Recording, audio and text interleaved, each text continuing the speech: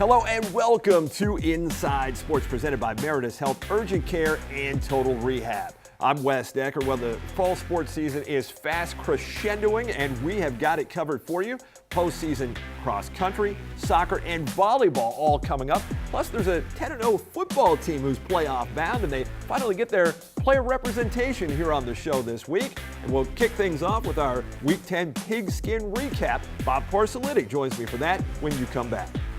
When your family is hurting, you don't have time to wait. Act now. Visit Meritus Urgent Care on Pennsylvania Avenue. Open 7 days a week from 7 a.m. to 10 p.m. Meritus Urgent Care treats minor conditions like earaches, sore throats, and sprains. Meritus Urgent Care also offers x-rays and sports physicals, and many prescriptions are filled on site. Located off Interstate 81 on Pennsylvania Avenue, visit Meritus Urgent Care. Expert care, close to home.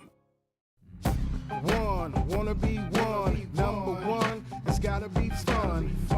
One, wanna be one, number one, it's gotta be fun. Punch it, kick it, giving it all. Premier Martial Arts helps take it to the top, y'all. Jab, cross, hook, kick, you feel it when we stick it. Wanna be one, winner, yeah, I won. I'm Premier, number one. Wanna be number one, kids? Have your parents call. Welcome back to the show. We continue now with football, and as Bill Belichick said this week, it's always good to run the ball, it's always good to throw the ball, it's always good to score points. Terrific quote from Belichick. I'll go up there with winning isn't everything, but the only thing, I think. There are plenty others you could throw in that don't really say anything, but I kind of like that in a way. Bob, welcome back to the show. Let's go right to a couple of the rivalry games right off the top. We didn't have a lot of close games on Friday night. South Hagerstown beat North Hagerstown 35-7. The Rebels started slow in that one, but once they got rolling, it proved to be too much for the outmanned Hubs. Well, these games are always interesting because some guys show up that you haven't really talked about for most of the year. This time for South Hagerstown was Daniel Moore. He scores a couple touchdowns, runs for 88 yards. I mean, this was the game last year that he blew his knee out, and he's been kind of hampered in a way the whole season. I mean, they were kind of cautious with him in the early going, and they just over the last 4 or 5 games, he's been running the ball and showed a little flash of the past there. Yeah, his touchdowns bookended 4 touchdowns that South scored over the second and third quarters. Quarterback T.J. Peer ran for a touchdown and threw for one in between Moore's touchdowns. And the 24 Rebel seniors closed their high school career by chalking up South Hagerstown's 33rd victory in the last 4 years. I mean, that is a pretty good stretch right there. Yeah, and you ask Coach Toby Peer about it, he'll talk about the junior program and how far it's come to get these guys to where they're at right now. For North High, they played them even for the first quarter, and then things kind of fell apart. They're a little undermanned. Ben Stottlemyre played a quarterback, and he scored a 5-yard touchdown for them. On the south side of things, you look at what could have been of the 16 teams in the 3A West playoffs, or in the 3A playoffs. If they would be going straight 16, South would have been the 11th seed. Yeah. So that's... But 6 teams from the West Division would be in it. Right, yeah, which just underscores how tough the West really is. Williamsport defeated Clear Spring 32-9.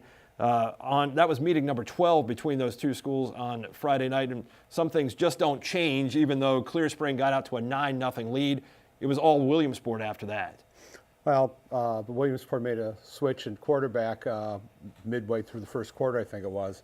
And Matt Malfris came on, and he kind of guided them, threw for 140 yards, had 3 touchdown passes.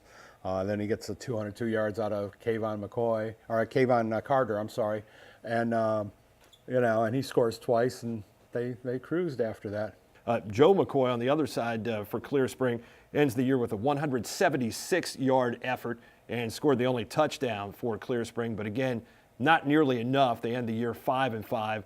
Williamsport ends up 4-6. Clear Spring needed to run the ball and be dominant running the ball. I mean, 176 yards is pretty good, but when you're doing most of the stuff off the run to help the pass out, they need more yardage, and they just couldn't produce it. Berkeley Springs defeated Hancock 48-14. The Panthers outscored Berkeley Springs 14-13 late, but they were already down 35-0. So this was a one-sided one in favor of Berkeley Springs. Hancock does end the year with its third straight winning season, finishing with a record of 6-4. You saw St. James and National Collegiate Prep on Saturday, and boy, St. James just exploded in that game. And finally, the defense really stepped up and played well, holding National Collegiate Prep, as I mentioned, to just 8 points. Well, it was like a turkey shoot for St. James, because the National Collegiate Prep couldn't block that well.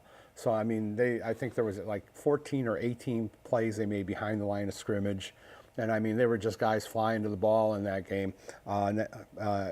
NCP ended up with -5 yards rushing, so that didn't help matters any. Their only touchdown came on kind of a fluky 78-yard pass, and they only had 194 yards of total offense. So they really didn't do anything at all. On the other side, Tyler Raymond ended a record year on three levels, and John Meshie caught 4 passes. It's almost like they started the season the same way. Yeah, it really was the Raymond and Mechie show on Saturday. St. James ends the year snapping that losing streak. They had lost 4 in a row, end the year with a record of 4-6. Boonsboro over Smithsburg on Friday night, 41-7. This is the game that Smithsburg had to win in order to get into the playoffs. For Boonsboro, it was a win and potentially a possibility to elevate themselves to the number 1 playoff spot in 1A West. For Smithsburg, it did not happen for them. Boonsboro gets the win, goes to 10-0. It didn't happen for them in terms of moving up. But what did we learn from these two teams on Friday night? Well, I think you saw a little bit of the versatility of Boonsboro. I mean, that offense is usually like a sweep and misdirection type play with the wing T they run. And if they ran a lot up the middle, they committed to running up the middle. Anything that looked like a sweep, all of a sudden took a left turn and went into the line. You know, they were really stout in trying to get the inside game going. I mean, Coach Clayton Anders said that he respected that secondary that Smithsburg had. He didn't really want to throw to him unless he had to or unless it was in the right situation. It ended up being the good call. And I think anytime they did throw the football, they really devised plays where they kind of took the defensive backs out of the equation, throwing the ball where they really could not make a play on it. Well, they threw away from Cole Huntsberry, who has 10 interceptions. They and a lot of times because of I'm one of those guys that believe that football is a game of influence as opposed to blocking, tackling, and all that stuff. And every time they ran up the middle, Smithsburg's defense got a little closer to the line of scrimmage, including the secondary. And when everybody's up the line, there's a lot less yardage you can cover, so throw it over the top, and that's basically what Boonsboro did. Yeah, you talk about second and third levels of the defense. There was only one level of the Smithsburg defense after a while, and Zach Grams has certainly softened them up, running for 3 touchdowns in the game and looking good running up the middle, as you said. Smithsburg winds up 6-4 on the year. The Leopards' final playoff point average was better than 5 other teams who get into the playoffs in 1A West. And I was looking at this earlier today on Max Preps. Of the 5 top teams in the 1A classification, 4 of them from the 1A West, the teams who make the playoffs there. So Boonsboro gets the number 2 seed, 10-0. The first time ever that Coach Anders has had a 10-0 team. And now we'll get Allegheny coming up on Friday. Yeah, it'll be an interesting game, I think. Allegheny's the type of team that seems they're kind of quarterback oriented. They have a senior quarterback that they run the option with, and they have some couple running backs. The thing I think that Boonsboro is going to have to face is they're actually going to face a line that's a little bit bigger than them. So there'll be some nuances there to kind of make things interesting. Yeah, it will be interesting. It'll be a chess match of sorts coming up on Friday. Bob, as always, thank you very much. Yeah, thanks for having me on. We'll see what happens. Playoff football coming up on Friday night. Speaking of the Warriors, 3 of them are here. They'll join me when you come back in just a moment.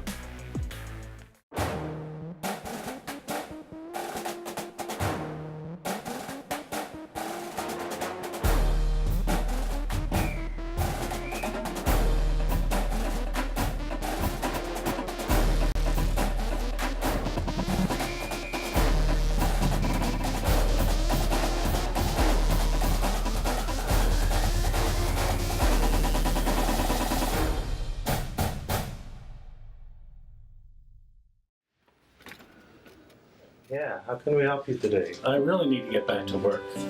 Whether it's going back to work or getting back on the golf course, Total Rehab Care maximizes every patient's individual potential, offering state-of-the-art rehab, including physical, occupational, and speech therapy, all in one location. Experts who take a personal interest in their patients' progress.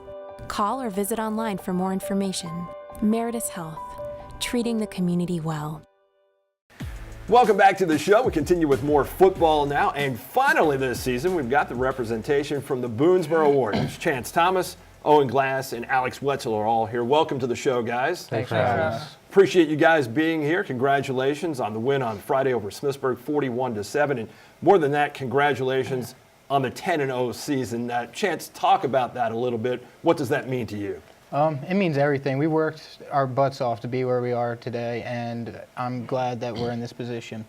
And Owen, this has been a tremendous season for Boonesboro, certainly underscored by being 10-0, but the offense has been incredible this season. The defense has been just as good, if not better.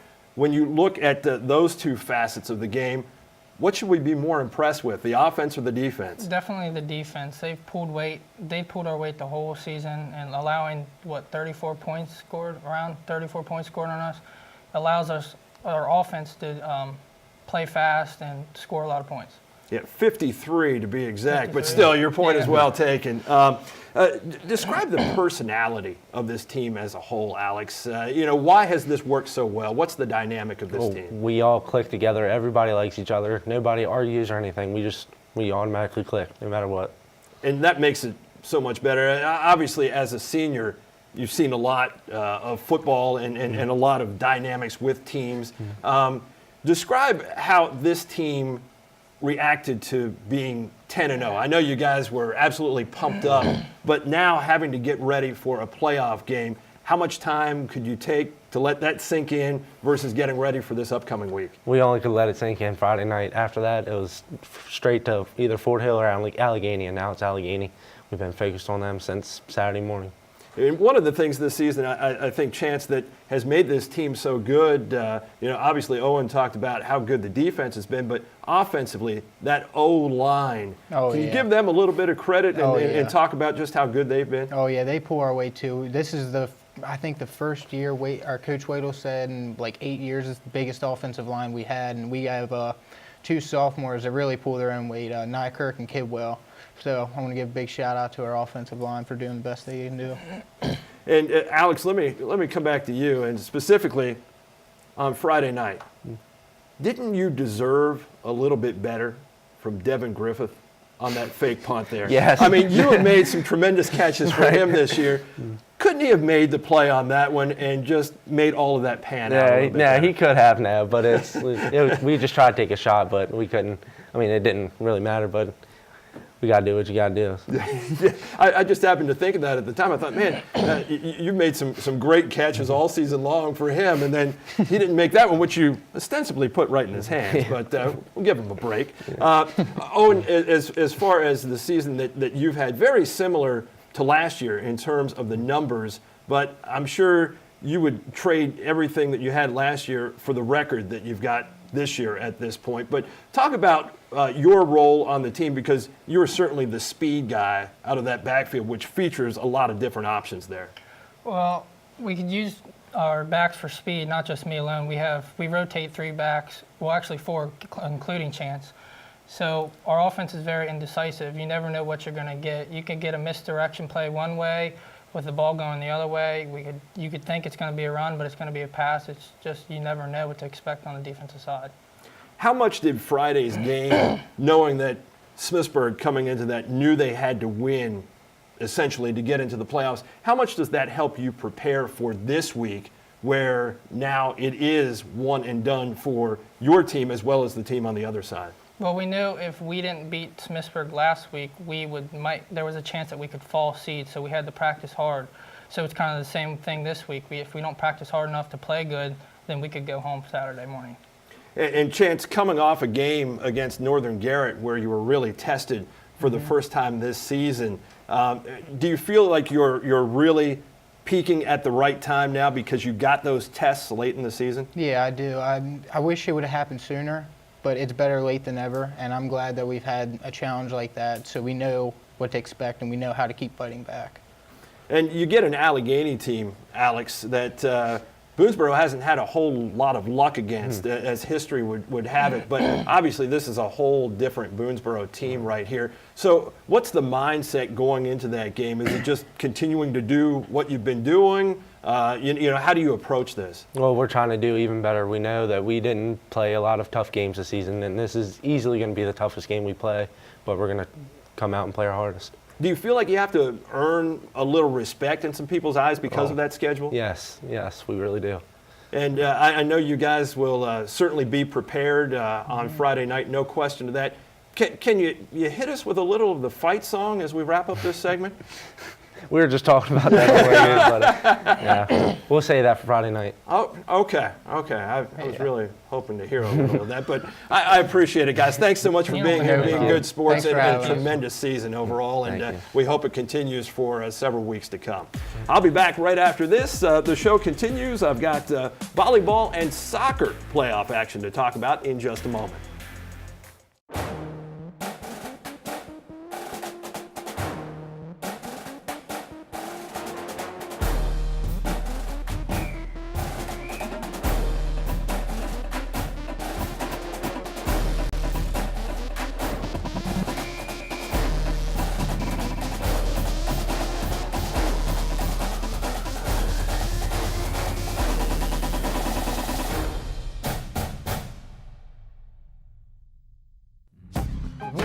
Wanna be one, number one, it's gotta be fun. One, wanna be one, number one, it's gotta be fun. Punch it, kick it, giving it all. Premier martial arts helps take it to the top, y'all. Jab, cross, hook, kick, you feel it when we stick it. Wanna be one, winner, yeah, I won. I'm premier, number one. Wanna be number one, kids? Have your parents call. Welcome back to the show. Well, scheduling and timing of events aren't always our friend here on Inside Sports as it relates to bringing you the most current results within our taping schedule. Having said that, we sure do our best to work within the parameters with which we're presented. As far as volleyball's postseason is concerned, quite frankly, while we're up against it, we're on it the best we can be. So follow me here. In 1A West last Thursday in the Section 2 quarterfinals, both third-seeded Clear Spring and fourth-seeded Boonesboro swept their way into spots in this past Monday's semis. There, despite putting up quite a fight that was losing 3 sets by a combined total of just 7 points, Clear Spring's year ended at number 2 seed Manchester Valley 3-1. Meanwhile, Boonesboro had earned a trip to Smithsburg to challenge Section 2's top seed, and oh, by the way, the reigning and defending 1A state champion Leopards. Smithsburg opened up a 2-0 advantage before Boonesboro bowed up to win the third set and forced Smithsburg to earn the victory in a hard-fought 25-22 set number 4. So after eliminating the Warriors by beating them for the second time this season, the 14-2 Leopards sought to do the same to Manchester Valley for the section title on Wednesday, a result you already know by now. The winner of that one was to face the Section 1 champ, either Fort Hill or Southern Garrett, either Friday or Saturday, with the winner of that one ticketed for the 1A state semifinals next Tuesday. This past Monday in a 2A West Section 1 semi, top-seeded Williamsport crushed Catoctin, the 4 seed, yielding no more than 14 Cougar points in any of the 3 sets in a decisive Wildcat sweep. Williamsport carried its 12-4 record into Wednesday's Section 1 title tilt versus third-seeded Middletown. The winner there got the Section 2 victor, either top-seed Liberty or second-seeded Century, on Friday or Saturday for the region championship and a berth in the state semifinals next Thursday. Now, back to this past Monday one more time for the 3A West Section 2 semi, where the reigning and defending 3A state title holders from North Hagerstown embarked on going after their second straight and 4th big prize in the last 5 years by sweeping out 4th-seeded South Hagerstown, who had gotten there with a sweep of its own last Thursday against Thomas Johnson. North raised its record to 13-2, which already included a victory over the team they met on Wednesday in the section final, the 2-seed Tuscarora. The winner of that match earned a meeting with either Damascus or Poolesville for the region title Friday or Saturday, and a trip to Ritchie Coliseum to play in a state semifinal on Monday. By the way, the first state volleyball titles will be decided next Friday. When I left you last week, Washington County still had 4 teams remaining in the state soccer championship hunt. After last Thursday, 75% of them no longer remained. The boys lost both of their hopes, with Clear Spring falling to the top seed and the defending 1A state champs from Brunswick 5-2 in the 1A West Section 2 final. And Williamsport came up empty at top-seeded Middletown 3-0 in the 2A West Section 1 championship match. We were guaranteed a girls representative in the 1A West region title game, with second-seeded Boonesboro hosting fourth-seeded Williamsport in the Section 2 championship showdown. On a mild but extremely windy night, remember that wind, the home team Warriors got the jump, with Alex Elmohandes finishing a breakaway about a quarter of the way into the opening half. But Williamsport would draw even by halftime, with Sydney Hawkinsmith's long bouncer eluding everyone but teammate Taylor Neff, who punched it home to tie it at 1. It stayed that way until the early stages of the second half, when Amanda Curry guided Sydney McVickers' throw-in past Warriors keeper Kayla Worrell to give the Cats their first lead in the 41st minute. And it remained 2-1 Williamsport for nearly 30 more. That's when the Reineman sisters and a slight assist from the gusty wind struck. The stiff breeze aided Allie to lift this pass from Emily up and over Wildcat keeper Madison Gaines to forge the match's second tie, one that would require overtime to break. And although Williamsport applied the pressure, Worrell didn't break between the pipes. In fact, she seemed to get stronger, making a pair of huge saves seconds apart. And that set the stage for the Warriors' Cassidy O'Neill, who moments later floated a shot into the wind and into the net to clinch the section title and a berth in Wednesday night's 1A West Region Championship match for Boonesboro in Frostburg. The Warriors came in riding an 8-game unbeaten streak, but the team they were facing, Mountain Ridge, came in 16-0, and the Miners held the advantage of playing on their home turf, literally and literally. And just 85 seconds in, Boonesboro found itself behind. Down but not dejected, the Warriors lived up to their name, battling like the team that had won 7 of its last 8 matches, although not a single one played on artificial turf this season. Boonesboro fired away, but time after time, again, was just off target. Meantime, Mountain Ridge's marksmanship was dead on, and the Miners' margin increased to 4-0 early in the second half. Finally, persistence and a friendly bounce from the cursed turf paid off in the 70th minute for the Warriors and junior midfielder Cassidy O'Neill, the Inside Sports Buffalo Wild Wings soccer player of the playoffs. Yes, the graphic says player of the week, but we're going outside the graphic here. O'Neill scored a goal in each of Boonesboro's 3 playoff games, including that big OT winner in the section title match, and for that, she is our Buffalo Wild Wings soccer player of the playoffs. Congratulations to Cassidy O'Neill. By the way, B-Dub's Hagerstown location reopens this Sunday. And congrats, too, to the Boonesboro Warriors on a 10-5-2 season and for being the county school to make the deepest run in soccer's postseason. On the topic of running and the postseason, the Herald Mail's Andy Mason will be here to prep us for Saturday's state cross-country championships right after this. Yeah, how can we help you today? I really need to get back to work.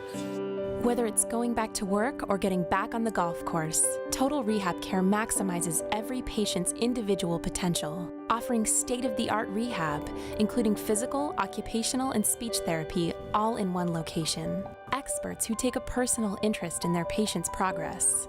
Call or visit online for more information. Meritus Health, treating the community well. Tony's Pizza in Williamsport has had the same simple philosophy since 1985. Start with simple products. Sauce from the best Italian tomatoes, the best cheese and dough made fresh every day. Then mix those with a great atmosphere, and you'll have the best dining experience you can find. Tony's is known for their pasta dishes, subs, pizzas, and specialty items like their Nutella Dots and the famous Crazy Tony. Simply put, they want to give the best food they can give to their customers. So stop in today to Tony's Pizza in Williamsport. Welcome back to Inside Sports, presented by Meritus Health Urgent Care and Total Rehab. Time for cross country now, as we're on the brink of the state championship meets, and with me is Andy Mason. Andy, this is the exciting time of year. Everybody is ramped up to this at this point. Yep. So where do we start? Who do you want to start with? Well, I can tell you Washington County is going to have a huge day in Class 1A. It's going to be a huge day. This is what I think. Haley Wright from Boonesboro is going to win the 1A girls title. Either her Warriors or Smithsburg girls are going to win the 1A girls team title. And then Boonesboro's probably the favorite in the boys' side to win the 1A boys team title. And then you have Will Merritt from Smithsburg, who I'd call him actually the favorite to win the individual title. So it could be a clean Washington County sweep of both individual titles, both team titles. Man, it's great. So many storylines there. Yeah. There's no question about it. Kind of a negative storyline for the Smithsburg girls at the region championships. No bib means disqualification. They found that out. Yeah. Now, the thing about that is, can they turn that into a positive in that could be extra motivation because Boonesboro actually wins that region title by virtue of that. So does that just amp them up a little bit I think more? so, which they should have. Even though they got second, it's disappointing. I can tell you, I truly don't believe that the region meet, they almost should call it a state qualifying meet. Because I don't think, you get excited about winning the county, you get excited about, of course, winning the state, but the region meet, a lot of coaches even forget if they won the year before, because in track, cross country, it's just like that's the state qualifier. You still want to win, but it's not, no one ever sets their season out to win the region title. You want to win the county, you want to win the state, but it's, the region, it's just, the region's about getting the states. You still want to win, it's disappointing, but Smithsburg should have a lot of confidence because they narrowly edged. By 2 points, they beat the Boonesboro at the county meet. And then they beat them, I think, by about 12 points at the region meet. But Erica Lindsay, their number 2 girl, who's 4th in the meet, somehow ran the race without her bib number on and was disqualified. That you take her out, Boonesboro got the team title. And I look back at the footage, and she never had the bib on. No, at any point in time. No, she just forgot to put it on. No one noticed. She even well before the race, out there with her teammates. I've never seen it before. I've never seen that happen before the race. I've been to a lot of races, but the thing is, it's never going to happen to her again. It's never going to happen to Smithsburg again. Anyone who heard that story, it's not going to happen to them. Yeah, no, that's certainly is an eye opener. Yeah, so it's disappointing, but she gets to bounce back at states. She'll be wearing her bib that day. Yeah. It'll be fun. How significant in terms of qualifying for states is it for the Clear Spring girls team to get? Oh, it's huge. I mean, every year, every team, it seems like the goal. So for some teams, you're not going to win states, but the goal is to get there. Clear Spring girls, I think for years that's been a goal. When they've had a complete team, is to get to states. This year, I know, talking to Jamie before the season, that was the goal. I'm sure it seemed like a lofty one, but they did it. First time in 10 years, Clear Spring girls are going to states. It's a good story. And what is the difference maker for the Boonesboro boys between finishing first and winning a state title, or perhaps finishing second and not winning a state title? Ty Franks from Bohemia Manor. Ty Franks from Bohemia Manor is the 3-time reigning Class 1A boys state champion. He won as a freshman, sophomore, junior. He's been hurt. I think he's only run 2 races all year. He missed about the first month of the season, foot injury, came back, ran a couple of races. Foot was bothering him. I don't think he's run since. He didn't run regions, but he can still run states. No one seems to know whether he's going to be there or not. If Bohemia Manor has him, you might call them the favorite to win the state title. They still won the region title without him. They're still very good. He makes them probably a state title team. Without him, I'd call Boonesboro the favorite.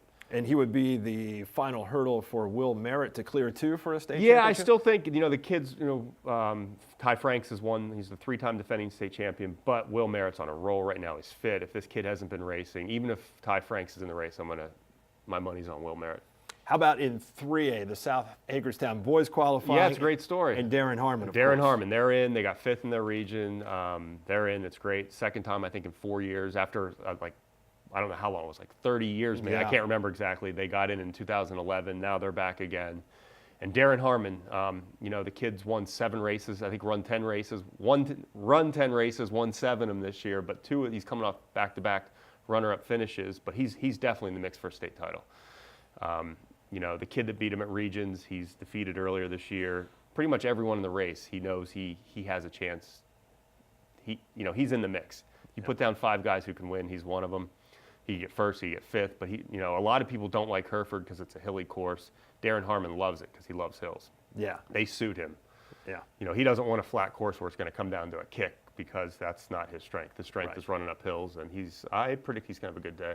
Well, we certainly hope so. We'll find out, and we'll talk about it next week. Thank you very much, Andy. Thank you, Wes. Also on the show next week, the volleyball, football, and soccer playoffs. All of that and much more coming up when I see you next time on The Inside. Hey, your sisters and your brothers, your haters and your lovers, you gotta get up in the streets.